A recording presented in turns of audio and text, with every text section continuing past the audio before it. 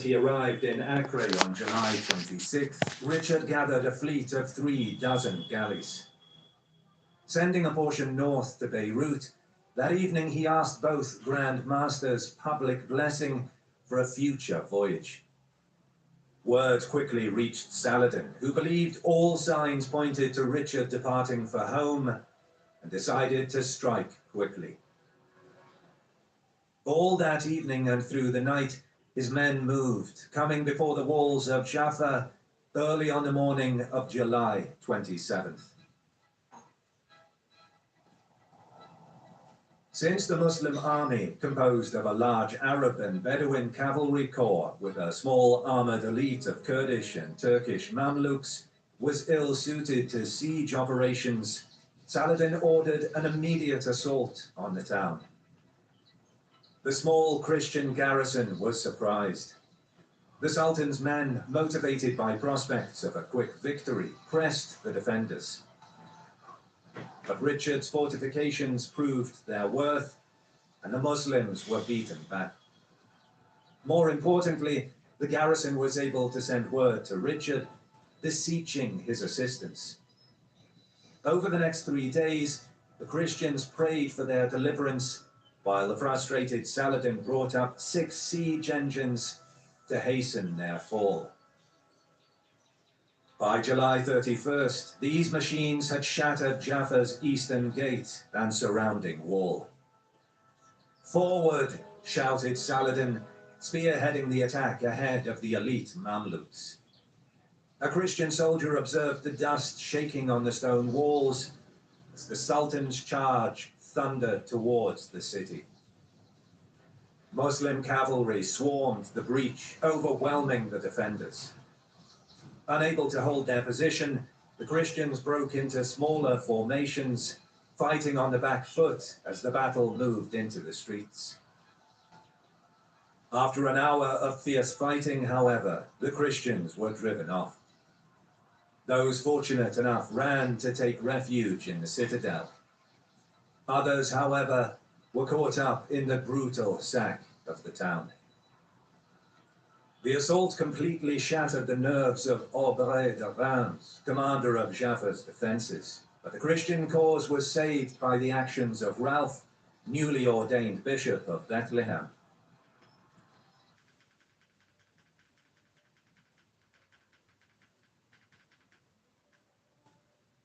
On the holy city once more, and was pulling back towards Ramla.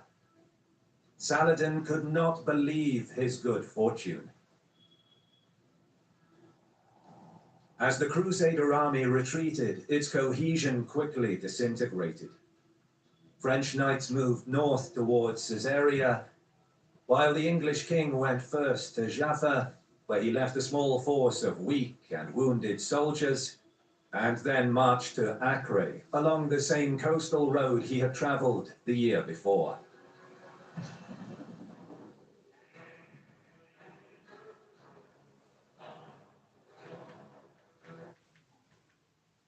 The English king went first to Jaffa, where he left a small force of weak and wounded soldiers, and then marched to Acre, along the same coastal road he had traveled the year before.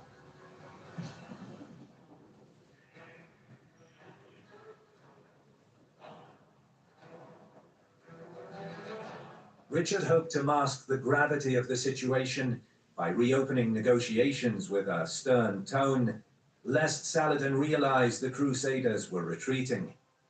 The bluff worked. But the Sultan, for his part, used Ascalon's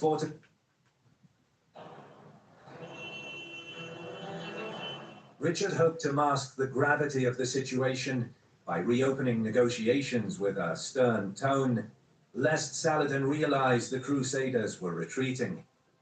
The bluff worked. But the Sultan, for his part, used Ascalon's fortifications as a means of prolonging negotiations, while quietly gathering reinforcements from Egypt and expecting additional troops to arrive from the now pacified Jazeera. Although his army of 7,000 to 10,000 was now considerably larger than his enemies, Saladin remained at Bayat Nuba, biding his time. The moment he arrived in Acre on July 26th, Richard gathered a fleet of 36 galleys. Sending a portion north to Beirut, that evening he asked both Grand Masters' public blessing for a future voyage. Word quickly reached Saladin, who believed all signs pointed to Richard departing for home, and decided to strike quickly. All that evening and through the night, his men moved, coming before the walls of Jaffa early on the morning of July 27th. Since the Muslim army, composed of a large Arab and Bedouin cavalry corps with a small armored elite of Kurdish and Turkish Mamluks, was ill-suited to siege operations, Saladin ordered an immediate assault on the town. The small Christian garrison was surprised. The Sultan's men, motivated by prospects of a quick victory, pressed the defenders. But Richard's fortifications proved their worth, and the Muslims were beaten back. More importantly, the garrison was able to send word to Richard, beseeching his assistance. Over the next 3 days, the Christians prayed for their deliverance, while the frustrated Saladin brought up 6 siege engines to hasten their fall. By July 31st, these machines had shattered Jaffa's eastern gate and surrounding wall.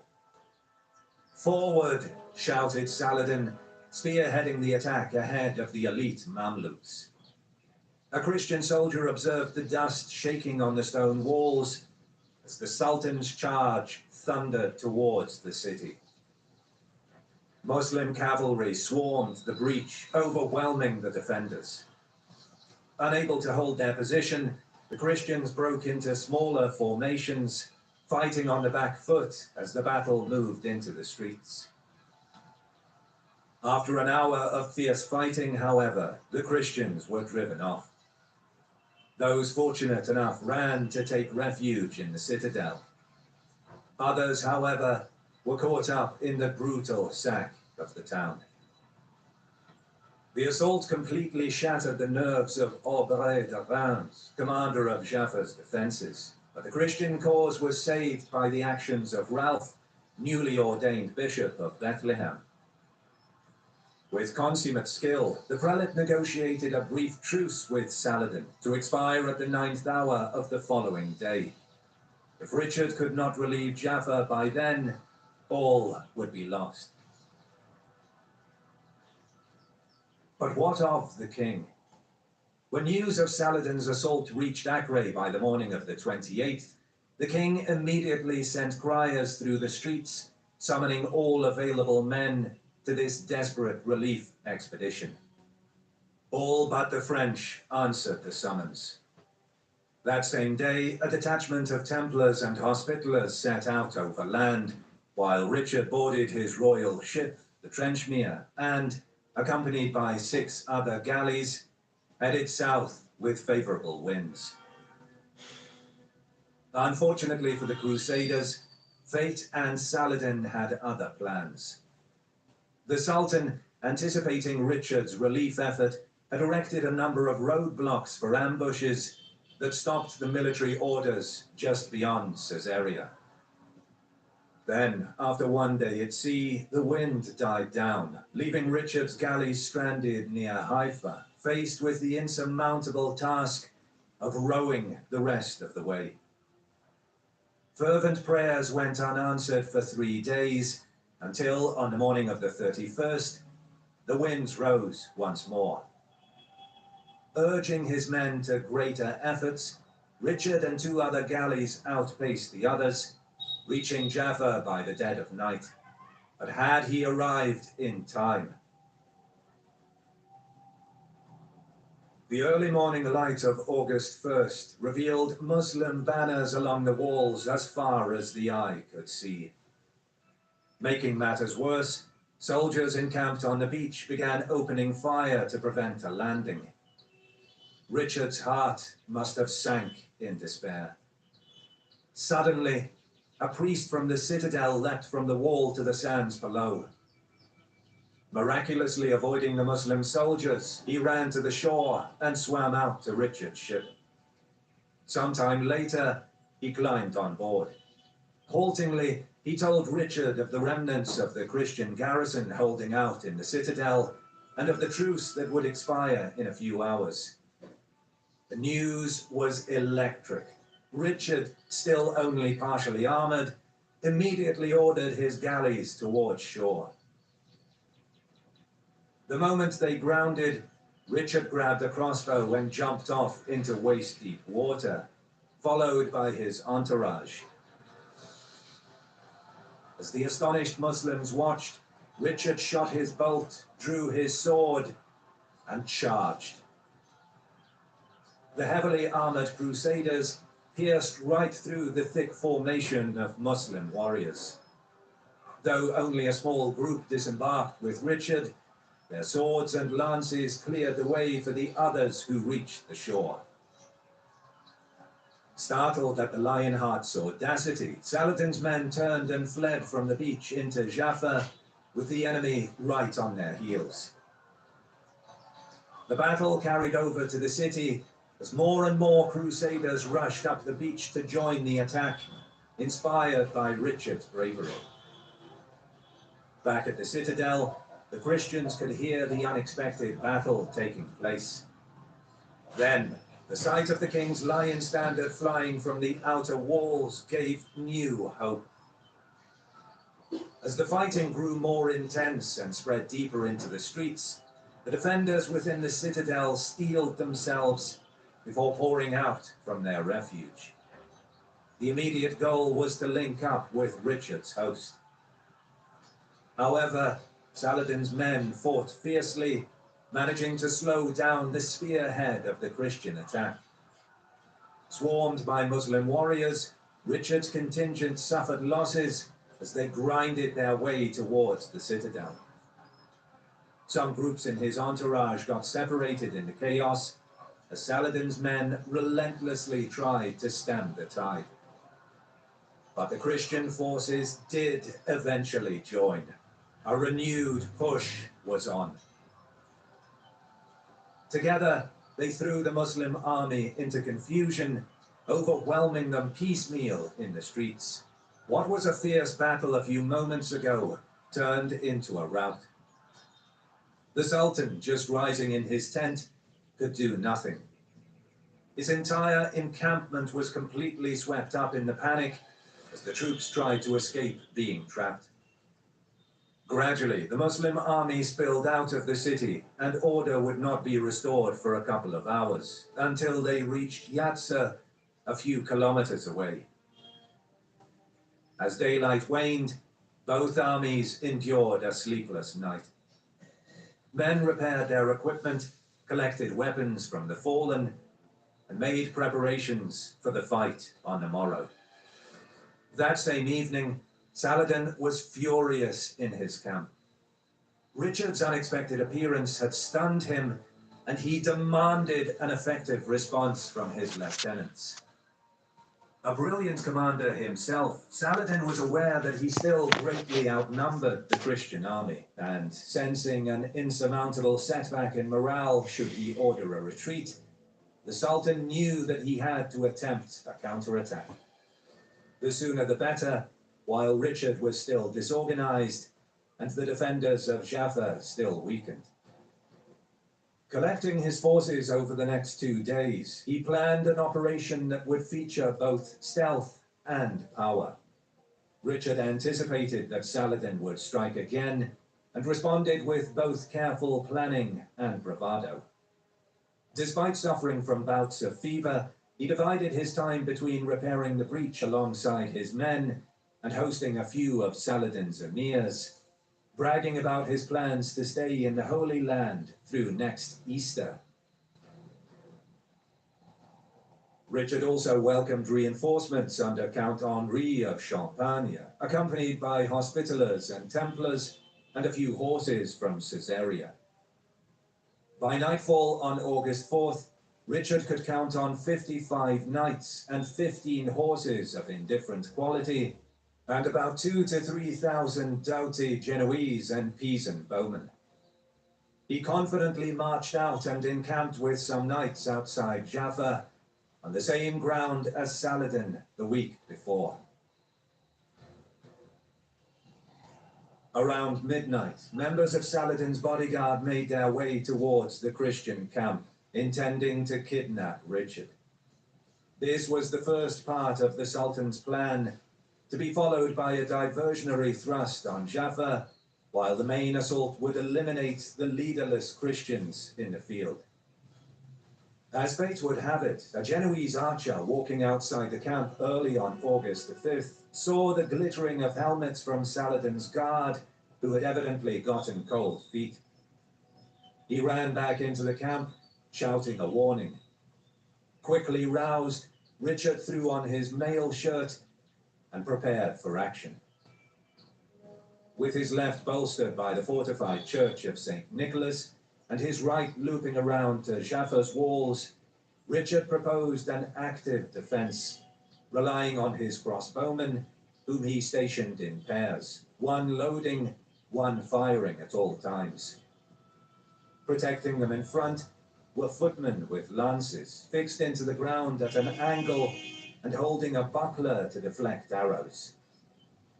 Scattered tent pegs, half buried, were in place to slow down the expected assault. Richard himself, with a handful of knights on horseback, formed a mobile reserve. As the enemy made ready, he addressed his men. Adversities reveal virtues, just as prosperity hides them. Besides, there is nowhere to run, so you must stand firm. True men should either triumph courageously or die gloriously.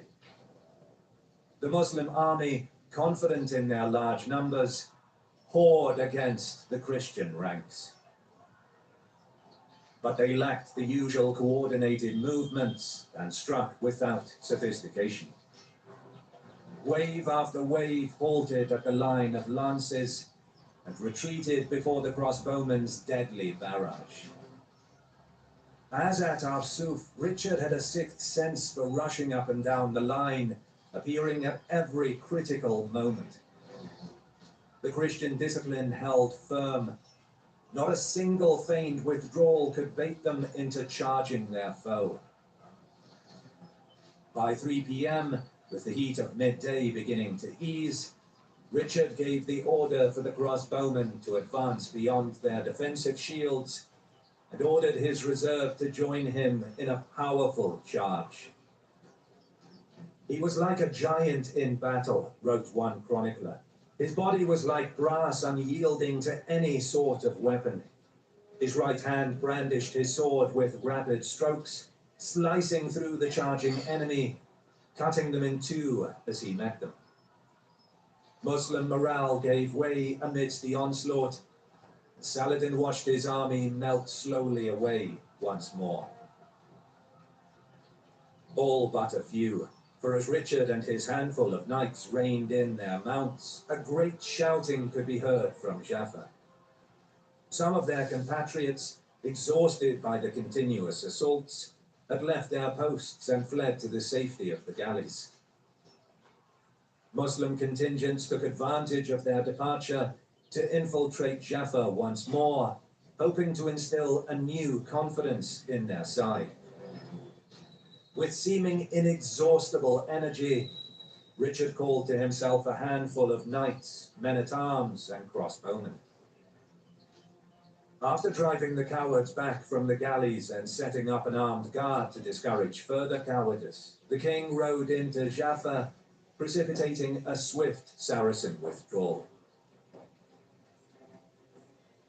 That evening, both rulers counted the cost of the battle. The Muslims had lost 700 dead and 1,500 horses, many of whom were left on the field of battle. The Crusaders suffered a mere 2 deaths and an unspecified number of wounded. Hoping to maintain the illusion of power, Saladin sent word to Richard that he still intended to take both the king and the town. Richard, seriously ill from his exertions of the past few days, issued a defiant response. Nevertheless, both leaders and their armies were so thoroughly exhausted that negotiations began anew. On September 3rd, a truce was reached. Hostilities would be suspended for 3 years. The Christians ceded Ascalon and Derham and recognized Acre as the new capital of the Holy Land. Jerusalem was left in Muslim hands. In return, Saladin gave his word to protect all Christian pilgrims to Jerusalem. By September 5th, large portions of the Muslim army started disbanding, while others demolished Ascalon's fortifications under Crusader oversight. The following day, Richard rode north to Acre. On October 9th, he set sail for home, or so he thought. The truce endured for several reasons.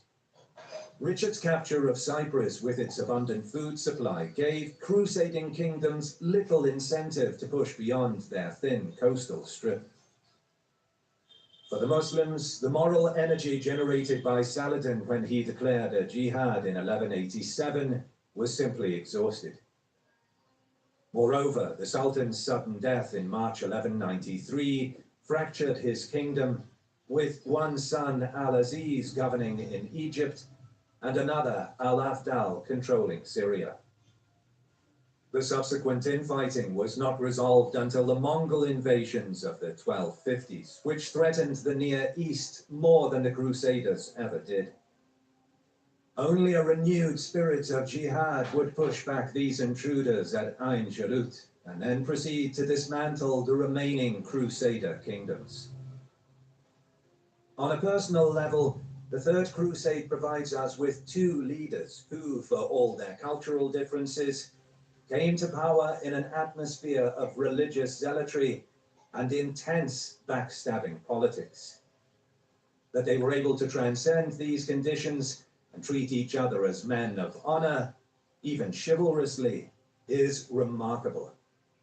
For lovers of military history around the world, Acre, Arsuf, and Jaffa cemented King Richard's reputation as the epitome of a courageous ruler and a charismatic warrior, just as Saladin's victory at Hattin and the conquest of the imposing fortresses of the Holy Land affirmed him as one of the greatest leaders in the Muslim world. While other rulers shied away from a prolonged war, Richard and Saladin remained committed. Yet where others single-mindedly pursued obsolete strategic goals, the English king and the Ayyubid Sultan were capable of understanding the complications of holding the holy city and sought creative ways to win a more lasting peace in Palestine. It is with indomitable spirit, capable of triumphing in challenging conditions and against incredible odds, that these two men had rightfully earned their place in history. Their legacy endures to this day. Thank you for staying until the end of the video. If you enjoyed watching, attack the like button and subscribe, and leave a comment as a sacrifice to the algorithm. Support us on Patreon and get ad-free early access to our videos for as little as $1, or click the thanks button below to leave a one-time tip. As always, we'll see you in the next one. ये medal है ना, इसे बस एक दिखता है, ज्यादा ताकत किसमें? बॉर्नवीटा। इसके 2 कप में है दिन का 50% विटामिन डी, आयरन और zinc.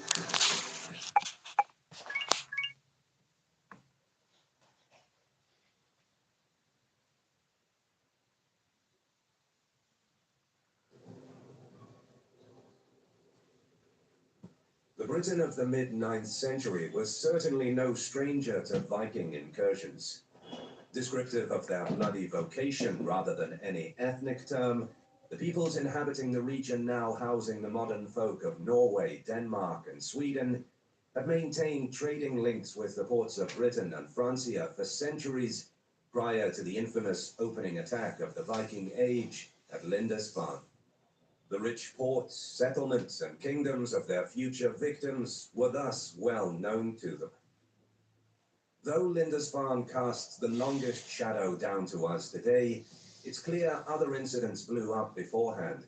In the year 792, a charter of the great Mercian king Offa specifically references sea-born pagans with migrating fleets.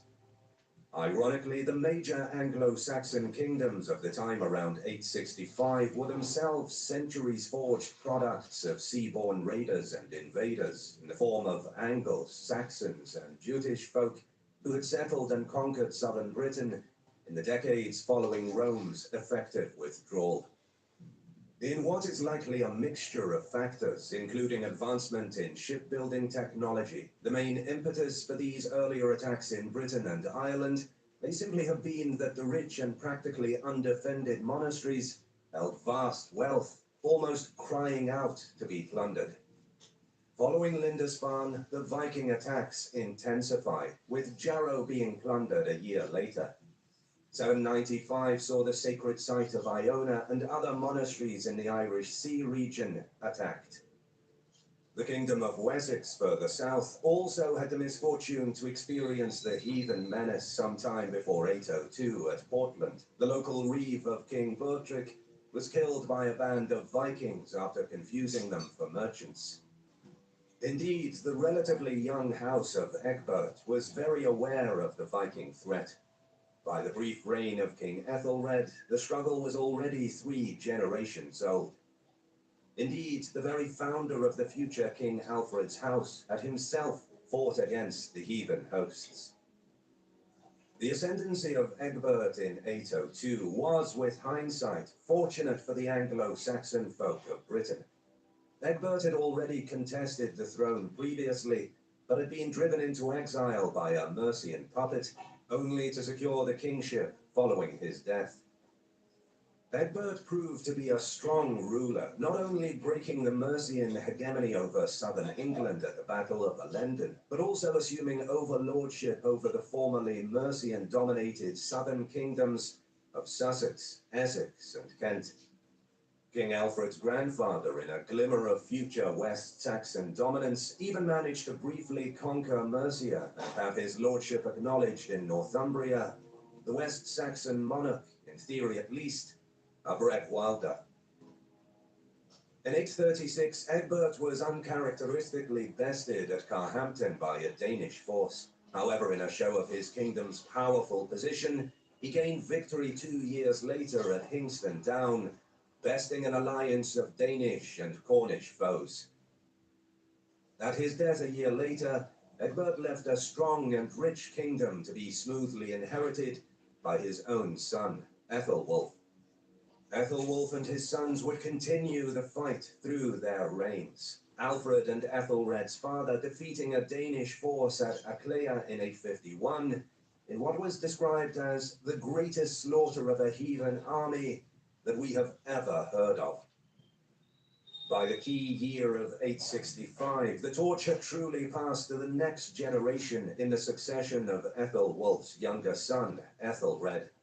As with his own successor, Alfred, Ethelred took up the mantle of kingship during a dark time. The danger was now undoubtedly more severe. Over the decades, the bolder Viking forces had begun overwintering in the land, but had eventually departed.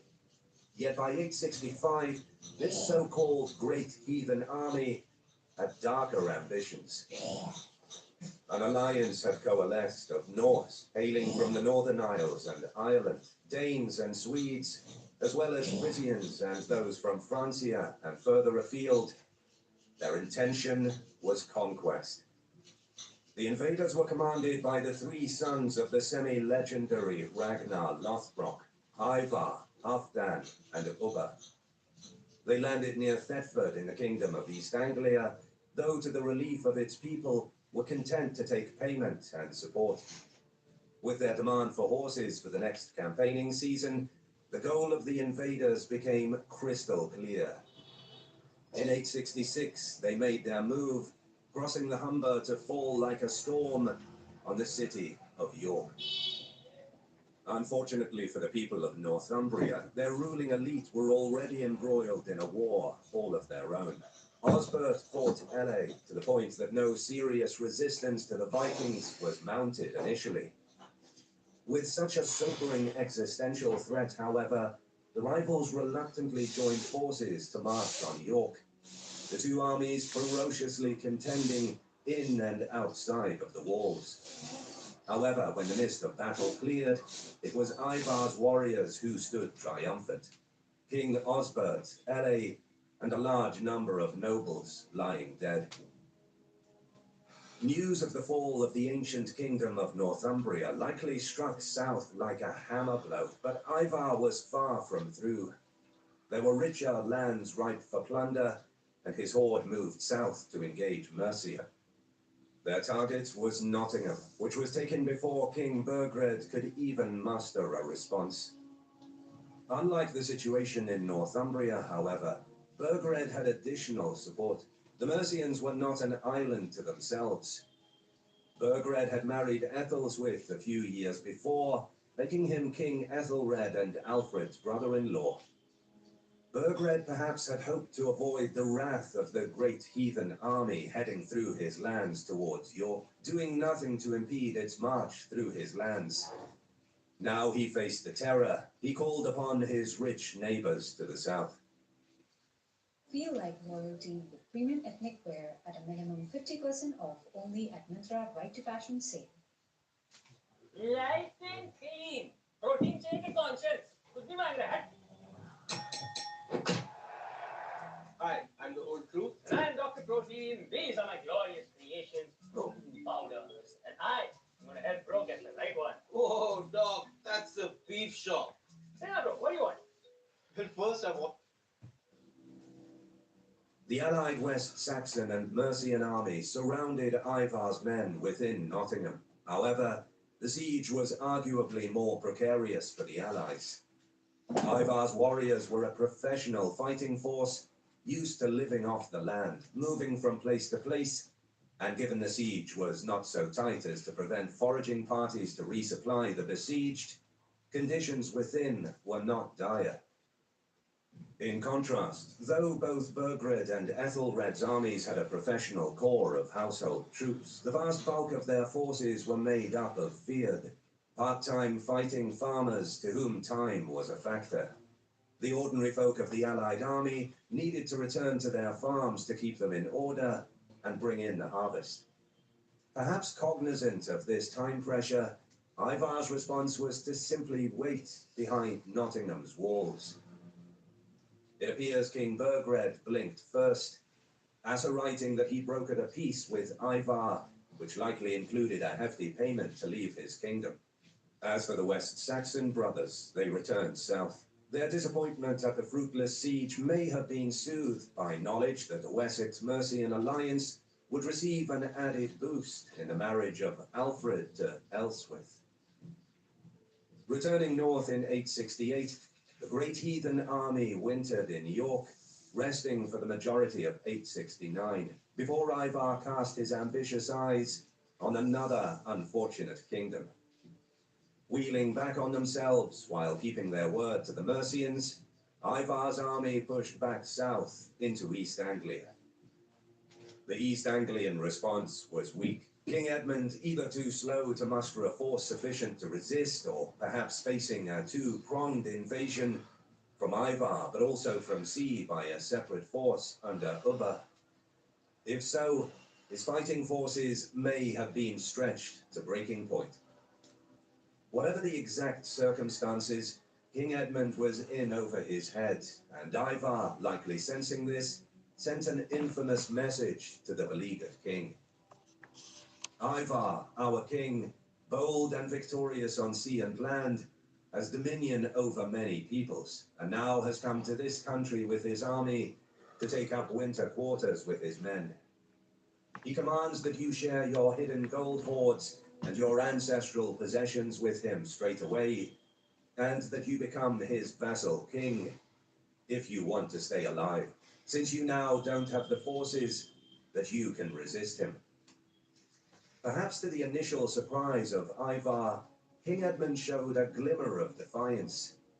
He would submit as suggested, but only if the great warlord would submit to his Christian God.